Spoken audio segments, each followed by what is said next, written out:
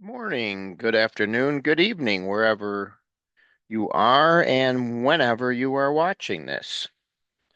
Welcome to our next episode here, number 8 of From the Bottom Up. And today we are doing a heavyweight here, none other than Yes 90125, which was released on November 7th, way back in 1983.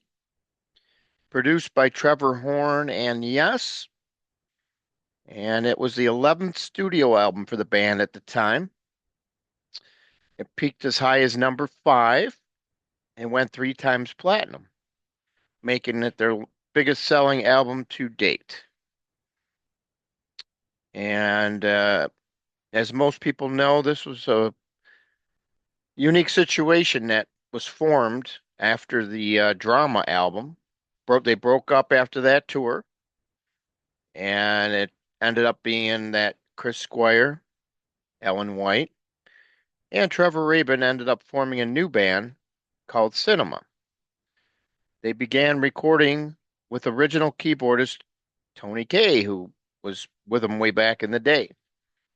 Much of the material from Rabin's demos, which featured a more commercial and lighter rock approach, and John Anderson was invited to return to do co-lead vocals as they felt Rabin's vocals were just not quite distinctive enough.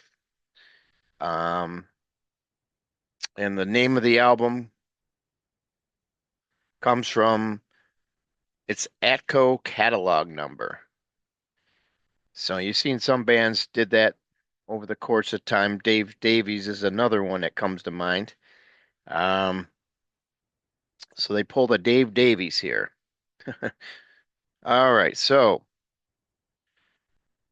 we've got 9 songs in all to rank here. We're going to rank them from the bottom up. And we're going to start off with number 9. And it's very rare when a celebrated song is going to lead off the lowest total on the album here. But number 9 is going to be none other than Cinema, which was the name of the band originally, and actually this song is an instrumental, and it won the band a Grammy for its performance. So Cinema is our number 9, and as you know, most instrumentals, I'm not a fan of ranking them against the rest of the album usually, but in this case. Um, what can I say? You know, the songs were just better than this, but every song on this album, no filler at all on this one. It's all killer and no filler. And Cinema is going to lead off our number 9, and we're going to go to number 8 right away here. And with the track that usually followed Cinema in the live show, and that's going to be Leave It on the 90125 tour. Cinema would start it off, and then they would go into Leave It. Leave It was a single. It reached number 24 on the charts, and it's got the distinction of being the funkiest song in the Yes catalog. Um, and that's why it's at number 8, though, is basically because I feel it doesn't hold up to the rest of the album. Solid tune, no, don't get me wrong. You know, peaked at number 24. It was always one of the big four that I always remember that calling, you know, this album has the big four songs that were played on the radio, obviously. You know, you'd hear this song, you'd hear Owner of a Lonely Heart, Changes, It Can Happen. So it's definitely one of the big ones there. But I think over time, it's just gotten a little outdated in my estimation. And I feel that the other songs on the album are just quite a lot. It's a lot more to the other songs that help them get a better ranking here. So we're going to leave number 8 with Leave It.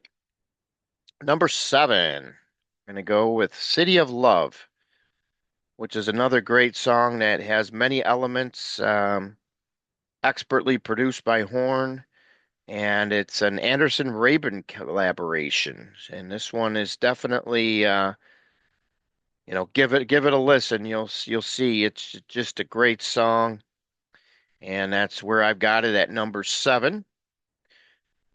And number six, we've got Hold On, which was a kind of an AOR hit on the radio. You'd hear it. It wasn't released as a single, but it definitely got some airplay. And, the band was still playing it on the Big Generator tour.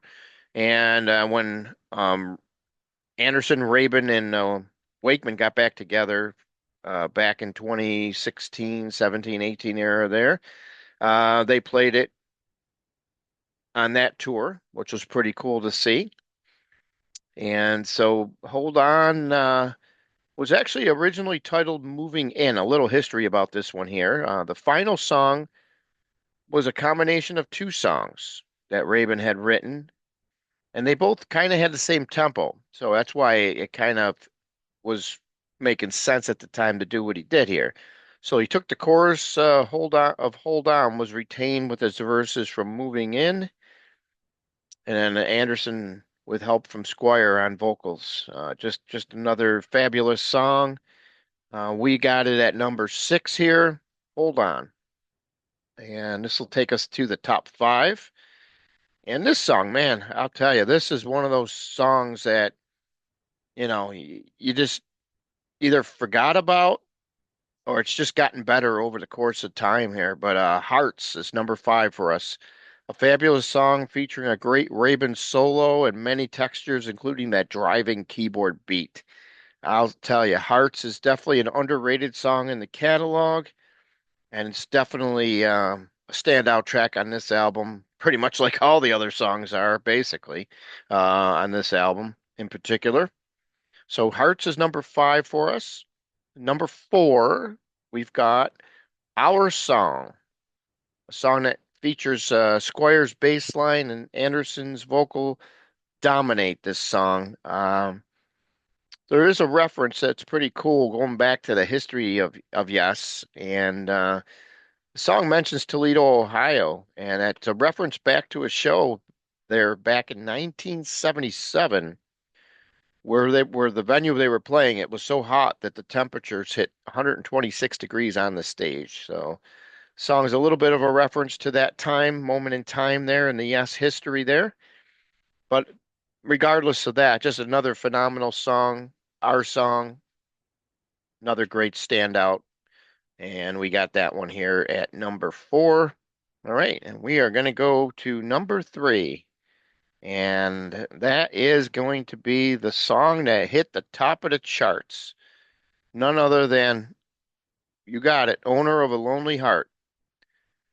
It's the band's lone chart topper, and it stayed at number one for 2 weeks. And yeah, just a great song that was basically constructed, uh, con in the bathroom. Trevor Rabin actually admitted to writing it in the bathroom while multitasking, and that's where he came up with the idea for the song and everything. Uh, Producer Trevor Horn has ranked the song as one of the best tracks he's ever been associated with in his career. And this song got more than its fair share of airplay here.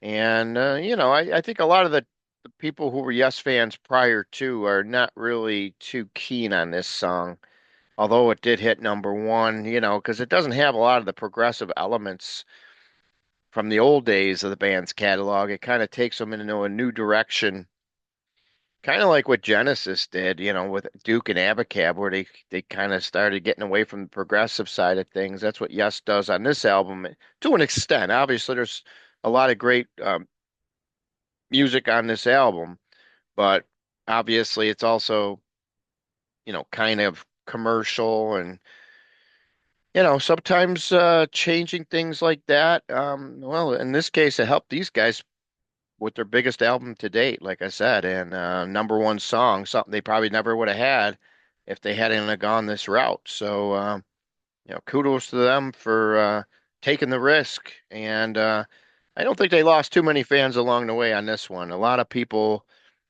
appreciate this band, and even today, you know, um, while there's a lot of people out there who are not too keen on Yes being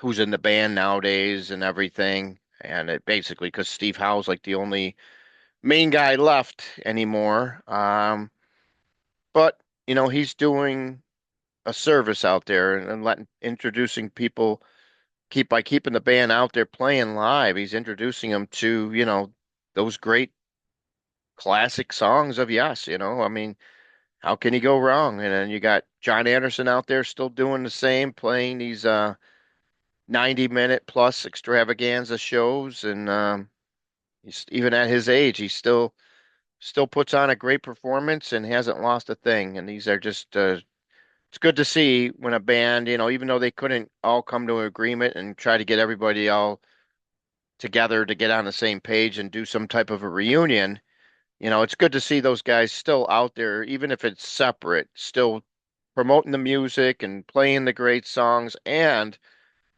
still doing a great job pulling it off live, which is not easy to do, believe me. So kudos to them.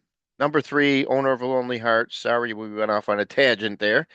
It's going to take us to our number two, Changes, which, man, just love the contrasting vocals. Uh, Trevor Rabin, John Anderson, these guys, man, oh man, what a great, phenomenal job on this song in particular. And another great song that has really stood the test of time in my estimation. And the cool part is I like the intro here because this great intro was put together actually by Alan White, the drummer. And man, I didn't know that before. That was something I just never knew. Man, I could see, he did a lot of work to get that great introduction together here, and it really helps bring the song in. I really love this song from beginning to end. No doubt it's just a great song, and that's where we got it at number two, Changes. That's going to take us to our number one, and we're talking about It Can Happen, a song that was released as a single.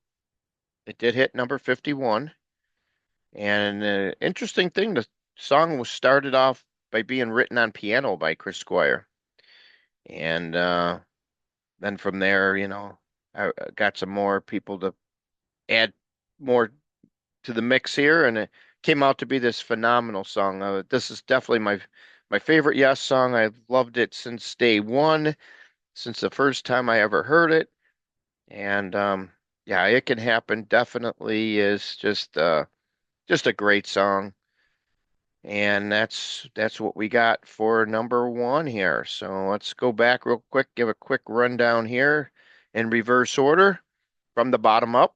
Number nine, Cinema. Number eight, Leave It. Number seven, City of Love. Number six, Hold On. Number five, Hearts. Number four, Our Song. Number three, Owner of a Lonely Heart. Number two, Changes. And number one, It Can Happen. All right, so that will do it for this episode of From the Bottom Up. Stay tuned for many more episodes.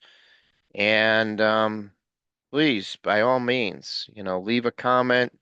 And we'll have the other episodes that we did in this particular series From the Bottom Up inside of the link.